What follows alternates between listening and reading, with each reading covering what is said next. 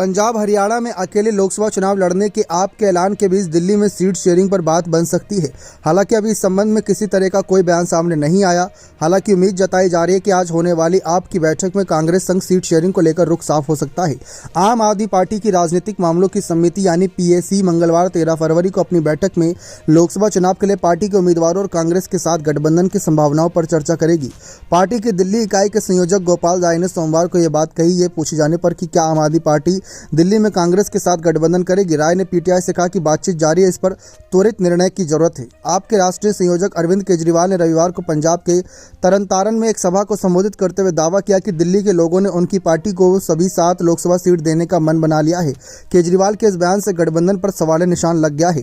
केजरीवाल ने पहले कहा था कि आप अगले 10 से 15 दिनों में पंजाब की सभी 13 संसदीय सीट और चंडीगढ़ सीट के लिए अपने उम्मीदवारों की घोषणा करेगी।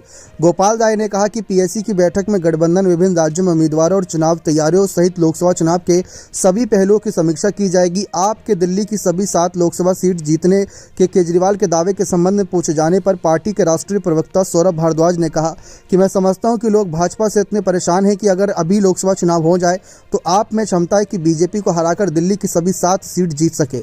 हालांकि उन्होंने कहा कि कांग्रेस के साथ गठबंधन को लेकर बातचीत अभी जारी है और साथ ही साथ उन्होंने ये भी कहा कि भारद्वाज ने पीटीआई वीडियो से कहा कि चर्चा का कोई नतीजा निकलने तक मैं कुछ भी खुलासा नहीं कर सकता।